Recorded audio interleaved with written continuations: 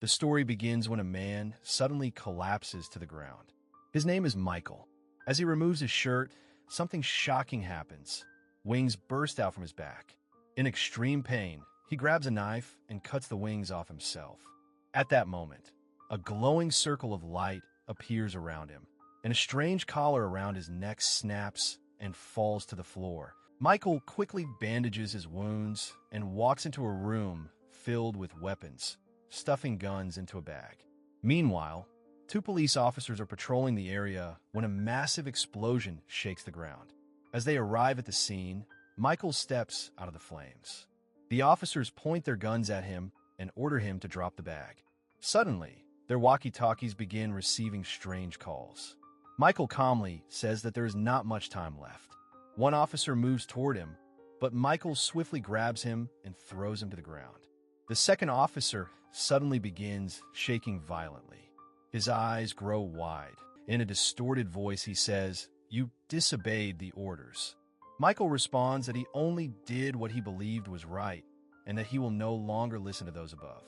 The possessed officer warns him that he will die along with the child, then opens fire. Michael reacts instantly and shoots him dead before walking away from the burning scene. Elsewhere, a young man named Jeep wakes up from a nightmare. A pregnant woman named Charlie approaches him and asks if he had the same bad dream again. Jeep nods. Charlie tells him he does not need to worry so much about his father. Jeep replies that he is worried about her. Charlie looks at him and says, "You're worried about me, even though this baby isn't yours." Then the story shifts to Jeep's father, Bob, who is trying to fix the television signal at the diner. Nearby stand a man named Percy, who has a hook instead of one hand, teasing Bob while Andy watches from the side. Andy's mother, Sandra, is unhappy with her daughter's choice of clothes. At the same time, a man named Kyle is on a road trip. After getting lost, he turns toward the diner, where he notices Charlie standing outside smoking. Kyle asks her for directions, and Charlie leads him inside. Inside the diner, Sandra tells her husband Howard that they should leave the place soon. Howard asks Bob how long it will take to repair their car.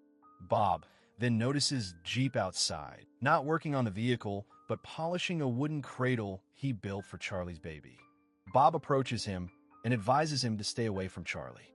Jeep explains that he has been having disturbing dreams about her and feels deep inside that protecting Charlie is somehow his responsibility. Bob returns inside the diner and realizes that the television signal has disappeared again. When he tries to fix it, the screen suddenly switches to an emergency broadcast message. Percy checks every radio frequency, but the same signal is playing everywhere. Everyone inside the diner begins to panic. Meanwhile, in Bob's office, Kyle discovers that all the phone lines are completely dead. At that moment, an old woman enters the diner. Charlie takes her order, and the woman starts talking to Sandra. When Charlie serves her food, the old woman suddenly speaks in a disturbing voice, saying, "Your baby will burn." Shocked and angry, Charlie walks away while the woman laughs and continues eating. Moments later, she repeats chillingly, "All the children are going to burn." Sandra tries to calm her down, but the woman insulting her as well. Just then, Howard angrily walks toward the old woman, trying to calm her down. Suddenly, she lunges forward and bites into his neck. Shocked, Percy hits her on the head with a frying pan, badly injuring her face, but she rises again and begins crawling across the walls like something inhuman.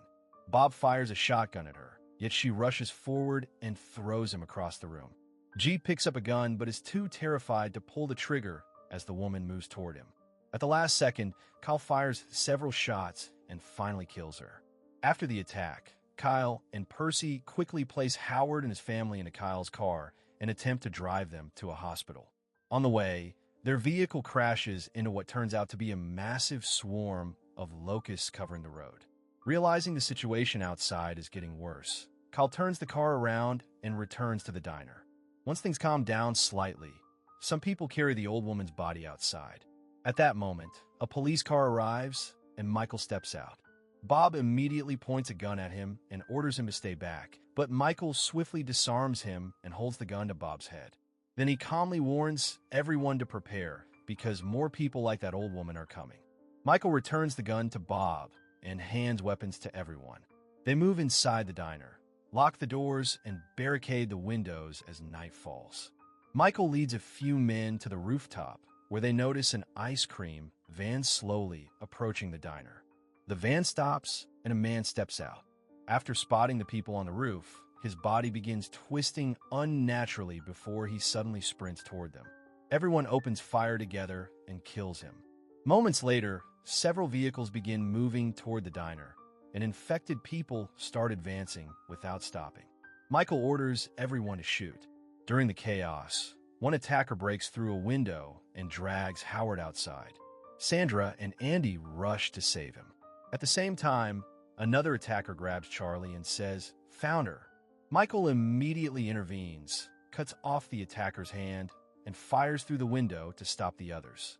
He angrily warns Charlie not to act without thinking again. Afterward, everyone regroups inside the diner. Bob finally asks Michael what is really happening. Michael then decides to reveal the truth to all of them. Michael tells everyone that God has become angry with humanity and has ordered the destruction of mankind. The attackers outside are not ordinary people. They're angels sent to Earth, taking over human bodies to wipe out humanity. Jeep is shocked and asks how Michael knows all this. Michael reveals that he was once one of those angels himself. He came to protect Charlie and her unborn child, because that baby is humanity's last hope. Later, Jeep and Michael talk privately. Michael explains that he was once a general among the heavenly army, but when God ordered the extinction of humans, he refused to obey. Jeep asks how he could still believe in humanity. Michael replies that he sees hope in people who refuse to give up, and tells Jeep that he is one of those people. As Michael speaks, memories flash through his mind, moments from heaven when he refused the divine command. The archangel Gabriel had warned him that humans had brought punishment upon themselves, but Michael trusted his heart instead. Gabriel declared it was already too late, and soon thousands of angels spread across the skies to begin the judgment. The next morning, Sandra wakes up after hearing a strange noise. She walks behind the diner and hears Howard crying. When she opens the door, she sees him hanging upside down. Kyle and Andy try to stop her from going closer, but Sandra ignores them. The moment she approaches, Howard's body suddenly bursts, releasing burning acid. Percy rushes forward and shields Sandra, saving her life, but suffering severe burns himself. For safety, Sandra is restrained to a chair. Later, Andy listens to the radio and hears news reports saying that small groups of survivors across the country are still fighting against the attackers. As night falls again, Kyle and Andy stand guard on the diner's roof. They notice a car stopping nearby. A man and his young son step out, unaware of the danger, simply looking to refuel. Suddenly, a violent group arrives, runs the man over with a vehicle, and kidnaps the child. Seeing this, Kyle immediately jumps down from the roof and runs toward the attackers while firing his gun, try to save the boy. Kyle manages to rescue the boy from the attackers and runs back toward the diner with him in his arms. But on the way, the child suddenly bites Kyle on the neck. It becomes clear that the boy is also possessed, another angel in human form. At the same time, Andy jumps down to help, but she runs out of bullets and is quickly surrounded. Inside the diner, everyone watches in fear. Charlie notices that Michael is not moving, so she decides to step outside herself. Seeing this, Michael immediately rushes out to save Andy. He uses the gas pump like a flamethrower, setting the attackers on fire, and brings Andy back inside just before a massive explosion erupts. Meanwhile, Charlie goes to get some water. Suddenly, the possessed child sneaks inside the diner and runs toward her with a knife. Charlie manages to dodge the attack, and the knife slips from his hand, slicing his own fingers. She strikes him, sending him crashing to the floor. At that moment, the power goes out and the diner is plunged into darkness. The child suddenly grabs Bob, but Michael pulls him away in time. Jeep then shoots and kills the possessed boy. Right after that, Charlie goes into labor. As she begins giving birth, a loud horn echoes from the sky. Jeep and Bob rush to the rooftop and see countless angels gathered below the diner. Charlie gives birth, and as the baby cries, the angels outside begin to weep. Then the horn sounds again, and a winged angel descends from the sky. Michael says that God has now sent Gabriel. Jeep finally understands that the order Michael once refused was the command to kill this very child. Michael declares that the future has changed. As Charlie hands the newborn to Andy, Sandra suddenly grabs the baby. She wants to surrender the child to the angels in exchange for sparing their lives. Just then, the diner doors burst open and Michael fires his gun, knocking Sandra to the ground. Jeep runs to grab the baby, but Gabriel attacks him. Jeep barely manages to dodge. Bob fires at Gabriel, but Gabriel moves with supernatural speed and shields himself with his wings. Then he strikes Bob with his blade and kills him. Michael stops Jeep and tells him that he must take Charlie and the baby and leave immediately.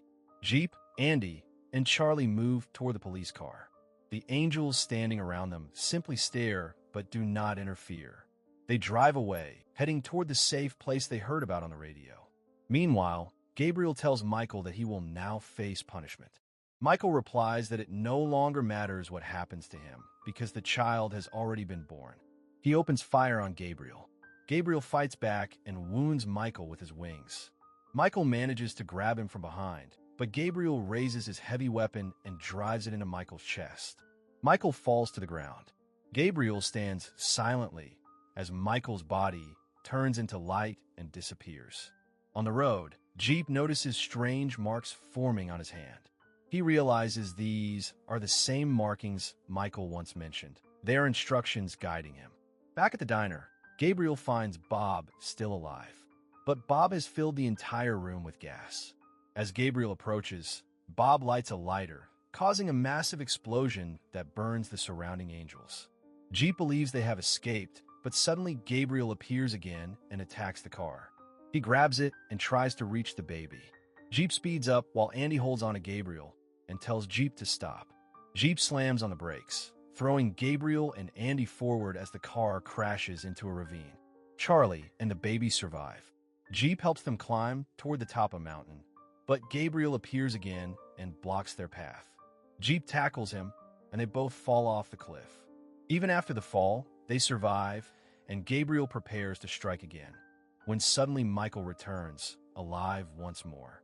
Gabriel is shocked to see Michael alive again.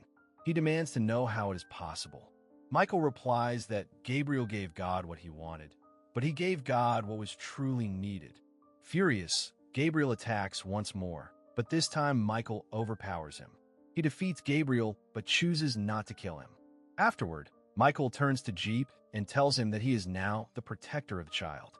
Jeep accepts the responsibility. He and Charlie safely reach the protected area with the baby. Months later, they're seen traveling toward a new destination, carrying weapons and prepared for whatever lies ahead. With hope still alive through the child, the story comes to an end.